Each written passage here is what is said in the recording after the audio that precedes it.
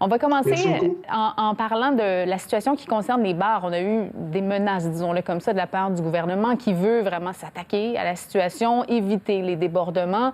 On dit qu'il pourrait y avoir effectivement des amendes, des restrictions pour les bars, mais aussi d'autres lieux, les restos, les plages, les piscines, si ça ne fonctionne pas. Vous recevez ça comment, ce message-là?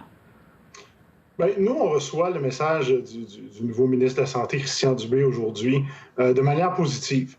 Je pense qu'avec certaines situations qui ont été illustrées dans certains commerces, particulièrement au cours des dernières fins de semaine, je pense qu'il était temps qu'il y ait une forme de rappel à l'ordre. Mentionner aussi que les restaurants ont pu être ouverts pour la livraison, pour les commandes à emporter pendant 14 ou 15 semaines sans qu'il y ait absolument aucun problème.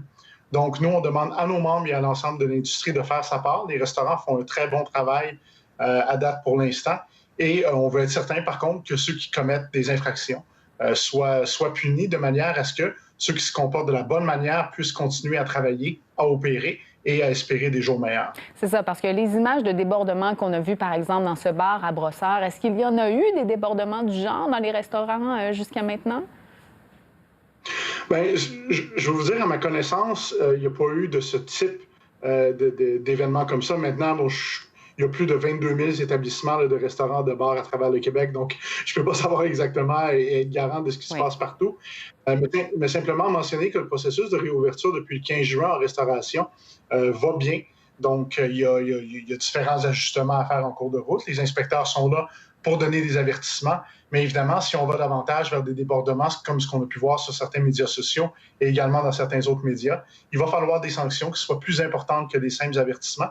Et Restaurants Canada est tout à fait d'accord avec ça. Oui, mais est-ce que des règles de distanciation, ça peut vraiment fonctionner comme modèle d'affaires pour des entreprises comme les bars? On peut comprendre que c'est très difficile, mais pour les restaurants, est-ce que ça peut être rentable? Voilà la vraie question. Et je vous dirais que le Québec a choisi de ne pas avoir de limite de capacité, de plutôt y aller avec la question du 2 mètres, qui est plus en accord là, avec ce que l'OMS présente, donc qui présente elle 1 mètre ou 1 mètre et demi ou des choses comme ça. Donc, ça permet une certaine adaptation sur le plancher. Et je vous dirais par contre que financièrement, effectivement, c'est très difficile. Notre enquête publiée aujourd'hui montre que près de 59 des restaurateurs estiment que ça va prendre plus d'1 an avant qu'ils puissent retrouver leur chiffre d'affaires d'avant la COVID-19. Et évidemment, on demande au gouvernement une certaine aide parce qu'il faut bien comprendre aussi qu'on demande aux opérateurs et aux restaurateurs de respecter les mesures de santé publique parce que c'est seulement en réussissant à faire ça qu'on va être capable d'ouvrir plus, d'accueillir plus de clients et de développer un modèle d'affaires qui soit encore plus profitable. Oui, mais jusqu'à maintenant, là, c'est quoi l'état de la situation? Est-ce que c'est la majorité des restaurants qui ont ouvert? Il y en a encore qui sont fermés, là. Oui, effectivement, et je vous dirais qu'il y en a qui ont ouvert certains usages et pas d'autres. Il y a un 10 de l'industrie pour lequel c'est terminé, qui est fermé. Les gens nous indiquent, enquête après enquête depuis le début avril, qu'il n'y aura pas de réouverture.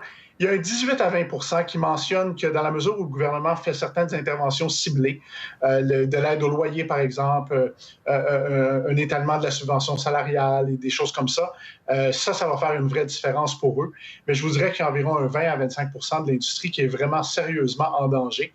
Et c'est pour ça qu'il y a péril à la demeure et que c'est important de respecter les consignes, mais c'est aussi important pour le gouvernement de donner un coup de main adéquat, que ce soit au fédéral ou au provincial, pour le secteur de la restauration. Ouais, vous avez évoqué les loyers, là. Ça, c'est un des enjeux importants. Pourquoi ça ne fonctionne pas, l'aide fédérale aux loyers?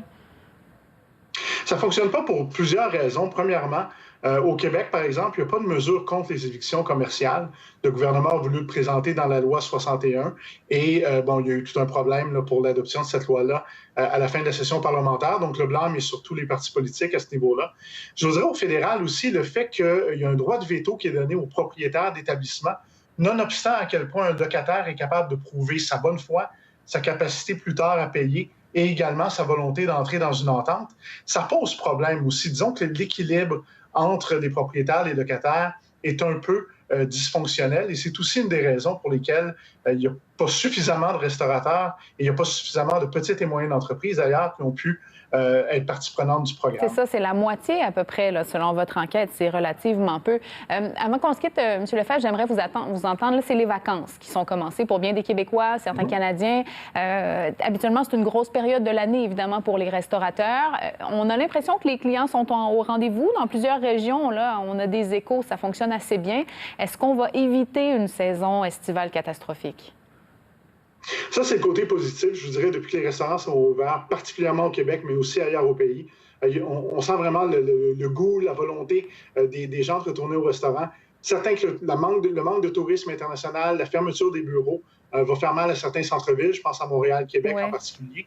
Mais c'est certain qu'il y aura de plus en plus de tourisme intérieur au Québec et les gens veulent retourner au restaurant. On va espérer que ça se maintienne et on veut tout faire en sorte pour pouvoir rester réouvert. Et c'est aussi pour ça qu'on demande au gouvernement Ouais. d'être sévère où il doit être sévère. On s'arrête là-dessus. Merci beaucoup, M. Lefebvre. Ça m'a fait plaisir.